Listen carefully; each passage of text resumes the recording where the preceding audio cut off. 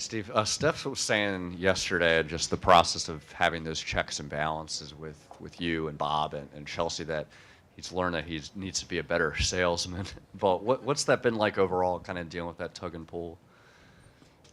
Steph is very much a normal human being.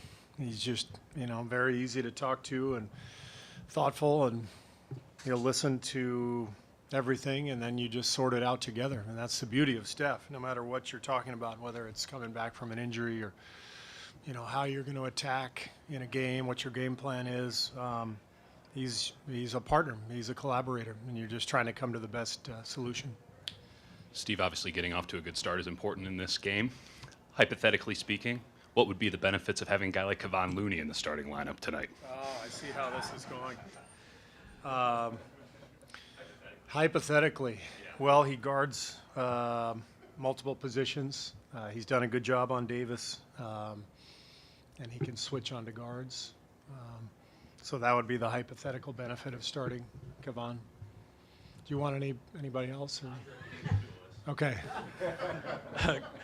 Coach, obviously Clay is coming off a game where he struggled to make shots. What did the Pelicans do to make it a little bit more difficult for him, and are there adjustments that you've made to try to get him better looks? I thought they played excellent defense on him. They put a lot of pressure on him, challenged every shot. Sometimes that doesn't matter with Clay. I thought the Spurs did that too in Game 4, and then he bounced back in Game 5 and had a huge game and felt like the same defense. So sometimes the ball goes in, sometimes it doesn't, but everybody is always keying on Clay and trying to put pressure on him because he's such a great shooter. So we'll probably see the same thing tonight. Hopefully he can free himself up, and we can help him get freed for a couple good looks early and get him into a good rhythm. Steve, Nick Young was, I think, minus 11 last game, minus 3 game 1. Is that a bad number? Have you liked what he's done, or there's been some issues with him? In short minutes, sometimes those plus minuses can be a little deceiving. I know he was on the floor when Miller made the 78-foot shot, so you could probably subtract 3 from that. What's that? He should have defended it better. He didn't defend it well. Nick did exactly what we wanted him to do. He gave us valuable minutes at the beginning of the first and the third. I sort of equated. You guys know I'm a baseball fan. You want to get your bullpen set up, and that's how I look at it. We've got to find ways to get to our rotation, use our depth, and get to the combinations that we want. Obviously, with Steph back now, he'll start, and so it changes the rotation quite a bit. And we'll be looking at same ideas tonight. Can we get to certain combinations, certain patterns? Can we buy minutes from certain people and try to use our depth in a valuable and smart way? On Draymond, it looked like they wanted to get Mirotic and Draymond matched up offensively late in Game 2. Is there something that you guys can do defensively on the setup to prevent that wrinkle from happening? Because it seems oxymoronic, but they liked the results. Well, I mean, you guys know this story, but when we played the Cavs in the finals in 2015, every time we looked out there and Draymond was on LeBron James, we said, yes, okay. And every time he was on James Jones, we were panicking. We got to get him out of here. Draymond is much better in the middle of the fray. He's better on the star player than he is on somebody who's shooting threes on the perimeter. So, there's definitely stuff we can do. So that's why we build the rotation the way we try to. Another Draymond question. I don't know if you saw some of the videotape, but it looked like Rondo was working really hard to try to get under his skin a little bit in Game 2.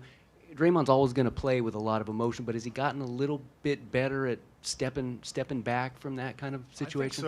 I think so. I don't think he has any technicals yet through 7 games in the playoffs. It's one of the great stats in this year's playoffs. But I think he's matured. I think he learned from 2016. I think he does have one flagrant, if I'm not mistaken. But all in all, I think he's walked that line perfectly, which is what, is always the goal for him. Don't lose that chip, don't lose that edge, but don't go over the line either. And he's walked that line perfectly. This is not a Draymond question.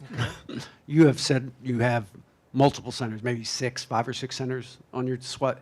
How have you been able to make that work, and how have they been able to make it work? Well, they're all valuable to us. They all do different things. And so we turn to each of them based on matchups, based on circumstances, and they're all very professional. You know, JaVale went through about 15 games this year where he didn't even get in. I think I even had him inactive a few games. He never complained. He kept working. His energy on the bench was great, cheering for the other guys. Zaza right now could not be a better leader and mentor for our younger guys, and I haven't played him 1 second in the playoffs based on matchups. But he's over there, and every day he's working his tail off, and he's advising the younger guys, and that's what it takes to win a championship. You have to have guys who are committed and professional and who get it, and who can fight through that human urge to, want to do what's best for you and understand that you've got to do what's best for the team. And we're blessed to have great guys.